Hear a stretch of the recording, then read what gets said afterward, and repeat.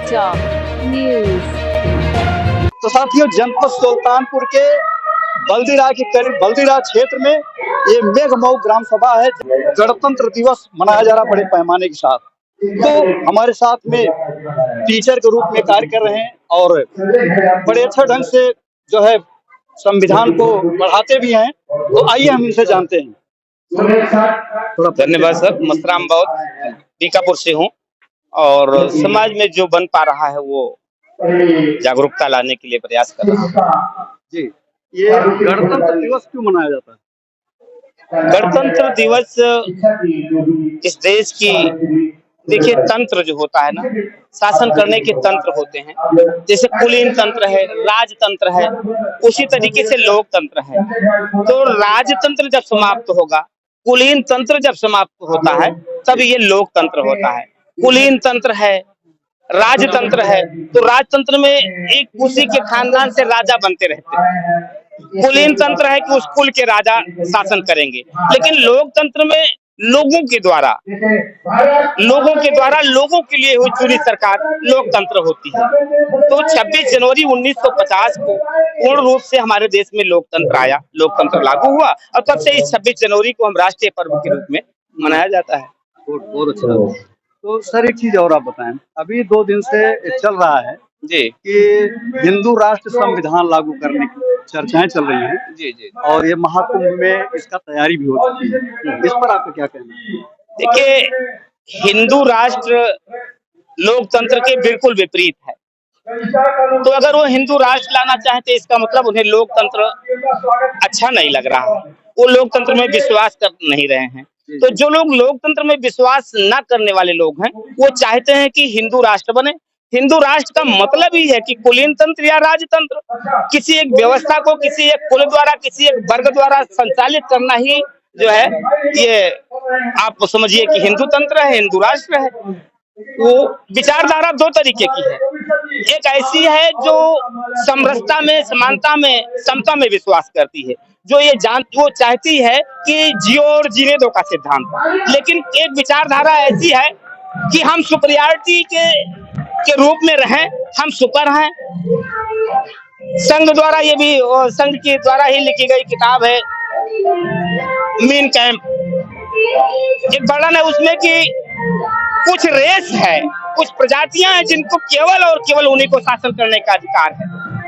तो कुछ लोग हैं जो ये चाहते हैं कि इस देश से लोकतंत्र गायब हो और राजतंत्र आ जाए, जिसमें फिर राजा प्रजा का सिद्धांत चले। वो जो चाहे थोप सके, जो चाहे वो कर सके, जिसको जो चाहे वो बांट सके, जिनको जो चाहे जैसा चाहे वैसा कर सके। तो इस देश में 2 विचारधारा काम कर रही है। एक है जो समता में विश्वास करती है, जियो और जीने दो का सिद्धांत देती है। दूसरी एक विचारधारा है जो कार्मिक गैर बराबरी को बनाए रखने में विश्वास करती है, ऊंच नीच बनाए रखना चाहती है। उसी का नाम हिंदू राष्ट्र है, उसी को हम हिंदू राष्ट्र कह सकते हैं। चल नहीं पाएगा। अब इस देश के लोग, चाहे वो फॉरवर्ड हो, यहाँ तक कि बैकवर्ड के साथ फॉरवर्ड भी बहुत सारी बातें समझ गया है कि इस देश में लोकतंत्र ही सफल होगा, हिंदू राष्ट्र या और कोई तंत्र सफल नहीं होगा। 76वां गणतंत्र दिवस आज मनाया जा रहा है बड़े पैमाने के साथ पूरे भारत में। जी।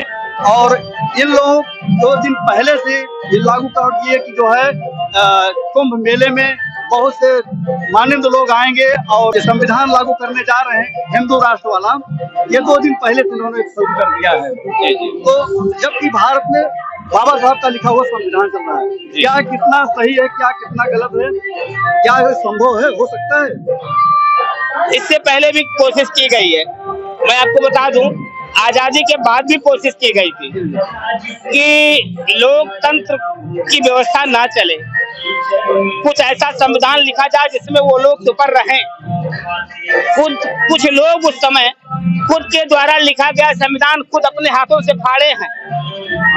ये तमाम विभिन्न संप्रदायों और विभिन्न जातियों, विभिन्न समुदायों का यह देश है, विभिन्न संस्कृतियों का यह देश है। यहाँ वो संभव नहीं होगा, खुद बना करके खुद मिटाएंगे वो। आज उनको लग रहा है कि ऐसा नहीं होना चाहिए, ऐसा हम कर डालेंगे, ये संभव नहीं होगा इस देश में। ये आप जान लीजिए। भले वो प्लान बनाए, इससे पहले भी उन लोगों ने प्लान बनाया देश की आजादी के समय भी, जब संविधान निर्माण की व्यवस्था भी हो रही थी, उस समय भी लोग ये चाहते थे कि ऐसा संविधान बने जिसमें वो सुपरियॉरिटी उनको हासिल हो, लेकिन हो नहीं पाया तब भी, और ना आज हो पाएगा। अब हमारा बहुजन समाज जग गया है, बस थोड़ी सी दिक्कत है, एक धारा में नहीं आ पा रहा है, एक दिशा में नहीं आ पा रहा है। जगने को जग गया है, एक दिशा एक धारा में आ जाए, उनका सोचना वहीं बना रहेगा। वो आप देख रहे हैं कि किस तरीके से वहाँ नंगा नाच हो रहा है। वो राजा हर्षवर्धन के द्वारा शुरू किया गया, वहाँ बड़े दान हुए करते थे, तमाम ऐसे गरीब और दीन दुखियों को दान बांटे जाते थे, बड़ा मेला लगता था। आज उसको नंगा नाच का अखाड़ा बना दिया गया है। आप देख रहे होंगे वहाँ सुंदरियों का वर्णन, साध्वियों का वर्णन, क्या क्या हो रहा है, आप टीवी पर देख रहे होंगे। वो आगाज करना चाहते हैं कि जैसा हम चाहेंगे वैसा करेंगे, लेकिन हो नहीं पाएगा मित्र।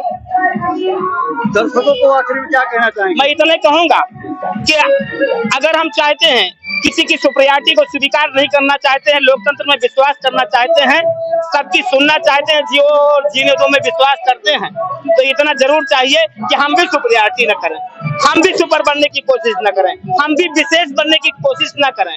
और जो हम एक एक दल बना करके, एक एक संगठन बना करके सबके राष्ट्रीय अध्यक्ष बन जाते हैं, हमें किसी के ऊपर विश्वास नहीं होता। हमको लगता है कि मैं बहुत अच्छा करूंगा, मैं बहुत अच्छा करूंगा। ये भावना, ये दिमाग से ये टेंडेंसी खत्म होनी चाहिए, और लोगों के साथ ये मान करके कि सभी लोग अपने हैं, जियो और जीने के सिद्धांत पर अगर हम चलते हैं तो हम एक होंगे, और एक होंगे तो नेक होंगे।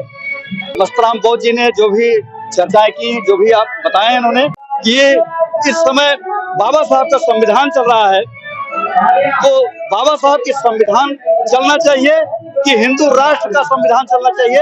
आप लोग कमेंट करके हमें जरूर बताएं। बहुत बहुत धन्यवाद, बहुत बहुत साधुवाद।